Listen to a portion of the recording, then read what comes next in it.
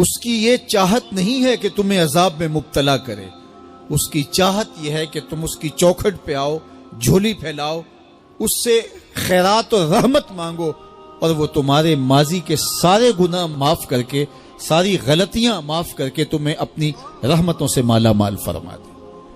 تو وہ بندوں کو بخشنے پہ، بندوں کی مغفرت کرنے پہ آمادہ ہے، اور اس کی رحمتیں بہانے تلاش کرتی ہیں۔ اللہ اکبر۔ اور دوسری جانب اس کے بندے، اس کے مملوک، اس کی مخلوق، اور مخلوق کی گناہگار اور نیکوکار اس کی رحمتوں کے طالب ہوتے ہیں، بلکہ وہ گناہ کرنے کے بعد جب معافی مانگتے ہیں تو اللہ کو یہ معافی بہت پسند ہے۔ معافی مانگنا، اس کے حضور اپنے دامن کو پھیلانا، وہ اس کو بہت زیادہ محبوب ہے۔ انسان کی فطرت کے اندر گناہ رکھا گیا ہے۔ آگ، ہوا، مٹی، پانی، یہ ان چار چیزوں کا مرکب ہے۔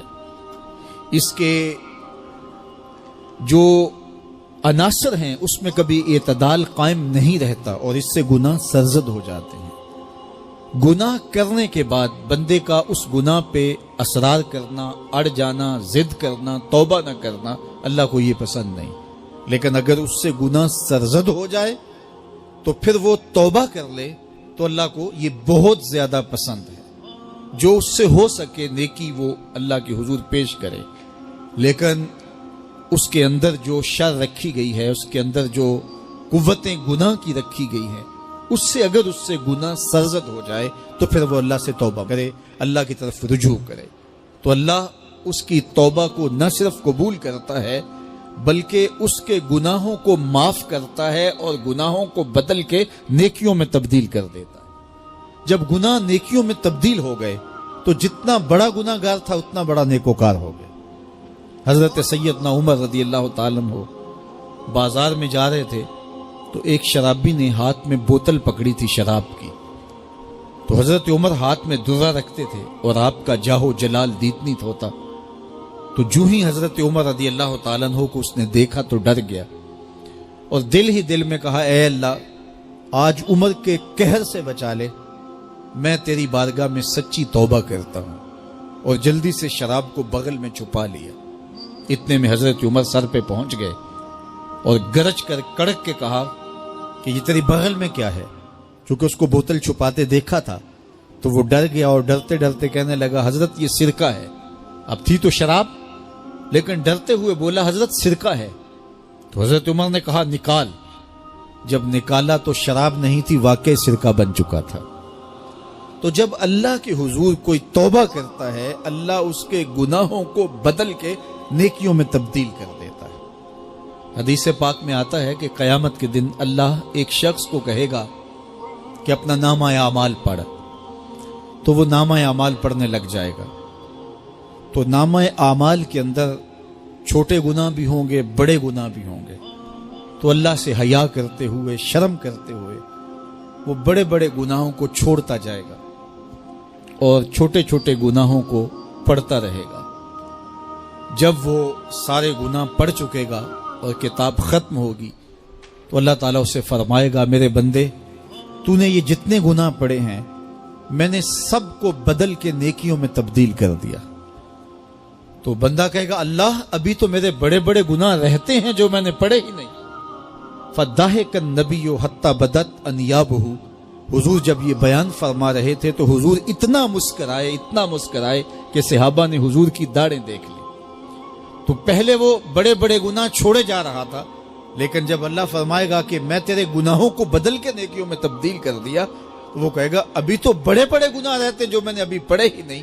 تو جب کوئی بندہ اس کے حضور توبہ کرتا ہے، اللہ یہ نہیں دیکھتا اس نے گناہ کتنے کیے ہیں، یہ دیکھتا ہے بندہ آیا میری چوکھٹ پہ ہے، تو اللہ اس کے پچھلے سارے گناہ معاف فرما دیتا ہے۔ اللہ اکبر۔ میرے اور آپ کے آقا و مولا نے اللہ کے حضور توبہ کرنے اور اس پر اللہ کی خوشی اور اللہ کی خوشنودی کا ذکر کرتے ہوئے ایک مثال بیان فرمائی کہ ایک شخص صحرا میں سفر کر رہا تھا، تو وہ ایک درخت کے نیچے دوپہر کاٹنے کے لیے، سستانے کے لیے رک گیا۔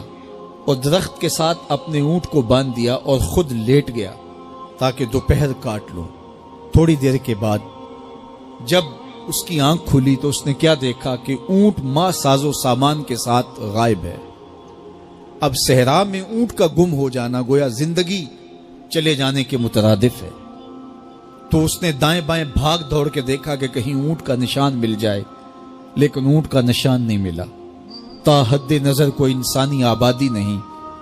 وہ بھاگا اور تھک ہار کے دوبارہ اسی درخت کے نیچے بیٹھ گیا اور پیاس سے ہلکان ہوا جا رہا تھا، اور درخت کے ساتھ ٹیک لگا کے لیٹ گیا اور موت کا انتظار کرنے لگا۔ جن لوگوں نے صحرا کا سفر کیا ہے ان کو اس بات کا اندازہ ہوگا کہ کئی 100 میل تک انسانی آبادی ہی نہیں، اب نہ کچھ کھانے کے لیے بچا نہ کچھ پینے کے لیے بچا، اونٹ بھی غائب ہو گیا، توشا بھی ساتھ ہی چلا گیا، تو اب ظاہر ہے سیدھی موت ہی نظر آ رہی ہے۔ تو وہ اس درخت کے ساتھ ٹیک لگا کے بیٹھ جاتا ہے اور موت کا منتظر ہوتا ہے۔ تھوڑی دیر کے بعد پھر اس کی دوبارہ آنکھ لگ جاتی ہے۔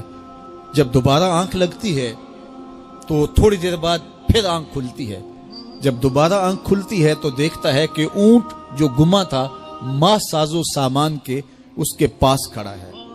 تو صحرا میں اس حالت میں اونٹ کا مل جانا زندگی مل جانے کے مترادف ہے۔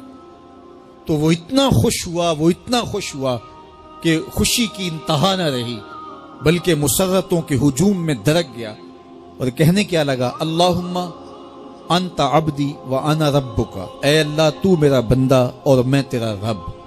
کہنا تو یہ تھا کہ تو میرا رب اور میں تیرا بندہ، لیکن مسرتوں کا ہجوم ہی اتنا تھا، خوشیوں کا ہجوم ہی اتنا تھا کہ زبان پہ قابو نہ رہا۔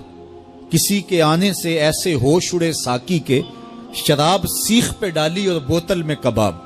کہنا یہ تھا اللہم انت ربی وانا عبدک، لیکن اس قدر خوش ہوا جب بھی تیری قربت کے امکان نظر آئے ہم اتنے خوش ہوئے کہ پریشان نظر آئے۔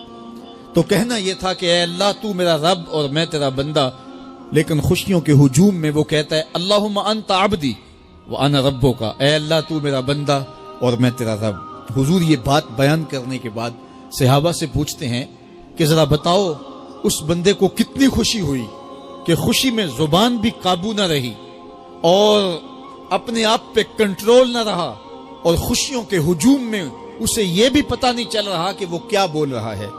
تو صحابہ نے عرض کی حضور بہت زیادہ اسے خوشی ہوئی۔